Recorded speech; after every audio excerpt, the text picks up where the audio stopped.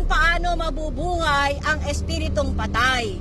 Tulad po ng narinig nyo kanina, ang salita ng Diyos ay buhay. Yan po ay humihinga, tumitibok, pumipintig sa kaloob-looban ng buhay ng tao. Pupunta ka po sa salita ng Diyos, yan po nga isang aklat pero may 66 na aklat na nakapaloob. Basahin mo po yan upang maisilang ka po muli, kailangan nyo pong alamin ang nakapaloob sa aklat na yan. Dahil ang nais ng Panginoong Hesus, lahat ng tao ay magkaroon ng buhay na walang hanggan. Yan po ay isang regalo na ipinagkakaloob ng Panginoong Hesus sa mga sasampalataya sa Kanya.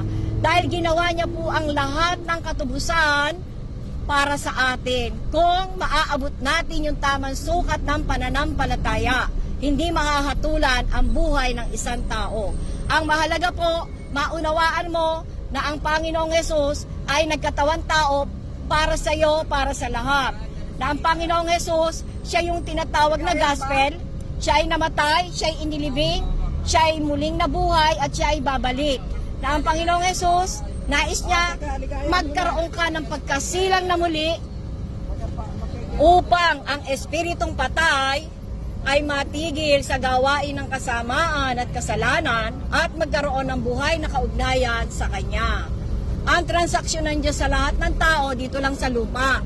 Kapag ang isang tao namatay na ayon sa salita ng Diyos, wala nang transaksyon. Dahil ang pinaglalabanan, yung espiritu na nakatira sa loob ng katawan ng tao.